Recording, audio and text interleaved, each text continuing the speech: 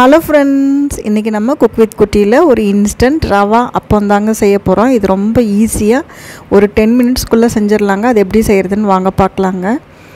இதுக்கு என்னென்ன பொருள் தேவைன்னு பார்க்கலாங்க. நீங்கள் வீட்டில் இருக்க எந்த கப்பு வேணால் அளவுகளுக்கு எடுத்துக்கலாங்க. நான் 1 கப் அளவுக்கு மைதா எடுத்துருக்கேங்க. மைதா வேண்டான்னா நீங்கள் கோதுமை மாவு எடுத்துக்கலாம்.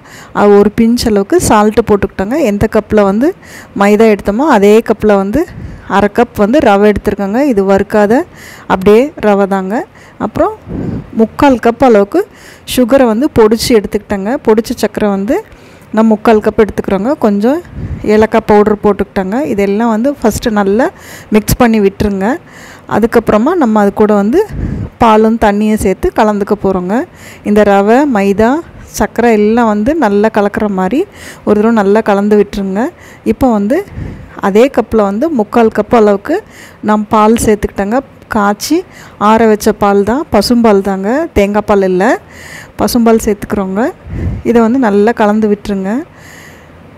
இப்போ இன்னும் திக்காகவே இருக்குங்க அந்த பேட்டர். அதனால் நம்ம ஒரு 1/2 டம்ளர் அளவுக்கு தண்ணி கலந்துக்கிறோங்க. இது ஒரு இட்லி மாவு பதம் இருக்கும் இல்லைங்களா, இட்லி மாவு கன்சிஸ்டன்சியில் இந்த மாவு இருக்கணுங்க.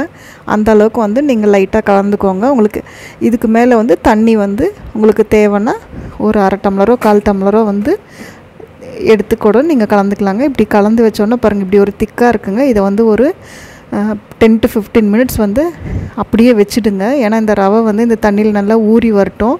அதுக்காக ஊறினதுக்கப்புறம் நம்ம எண்ணெயில் ஊற்றி டீப் ஃப்ரை பண்ண போகிறோங்க. இதை ஒரு 15 மினிட்ஸ் அப்படியே நல்லா வச்சுடுங்க. இப்போ நான் இன்னும் கூட ஒரு 1/2 டம்ளர் தண்ணி கலந்துக்கிட்டேங்க. இப்போ பாருங்கள், தண்ணி கலந்தோடனே இது ஒரு தோசை மாவு கன்சிஸ்டன்சியில் இருக்குங்களா.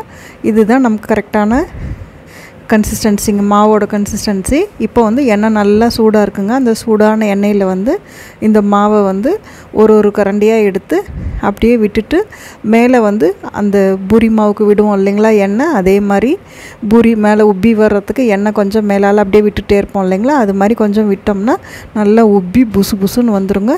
இப்போ அடிப்பக்கம் நல்லா கொஞ்சம் ப்ரௌன் ஆன உடனே திருப்பி விட்டுட்டோம்னா இந்த பக்கமும் பாருங்கள் எப்படி நம்ம அப்பம் உப்பி குண்டாக வருதுங்க. குண்டு அப்பமாக புசு புசுன்னு 2 பக்கமும் உப்பலாக வருது பாருங்கள். இதுதான் நமக்கு கரெக்டான பக்குவங்க. இந்த அளவுகளில் எடுத்துக்கிட்டிங்கன்னா இதே மாதிரி அப்பம் நமக்கு நல்லா குண்டுன்னு உப்பி புசு புசுன்னு வருங்க. இந்த ரேஷியோலேயே நீங்கள் மாவு எடுத்துக்கோங்க. இன்ஸ்டண்ட்டாக ஈஸியாக நீங்கள் அரிசி மாவில் செஞ்சோம்னா ரொம்ப நேரம் அரிசி ஊற வச்சு பவுட்ரு பண்ணி ஆட்டி அதெல்லாம் பண்ணணுங்க. இது மாதிரி நீங்கள் இன்ஸ்டண்ட்டாக பண்ணுறப்போ இந்த ரவை ஊற வைக்கிற டைம் மட்டுமே தவிர்த்து மற்றபடி இது ஒரு 10 to 15 மினிட்ஸ்லேயே நம்ம இந்த ரெசிபி சீக்கிரமாக சூப்பராக செஞ்சிடலாங்க. டேஸ்ட்டும் அவ்வளோ அபாரமாக இருக்குங்க. அவ்வளோதான், நம்ம அப்பம் ரெடி ஆகிடுச்சு.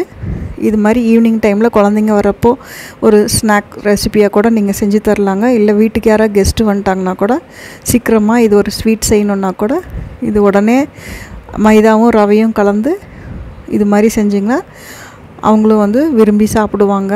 அவ்வளோ சூப்பராக இருக்குங்க. இது பாருங்கள், குண்டு நல்லா உப்பி புசு புசுன்னு வருதுங்க. நம்ம பேக்கிங் சோடாவோ இல்லை பழமோ எதுவுமே நம்ம சேர்த்துல.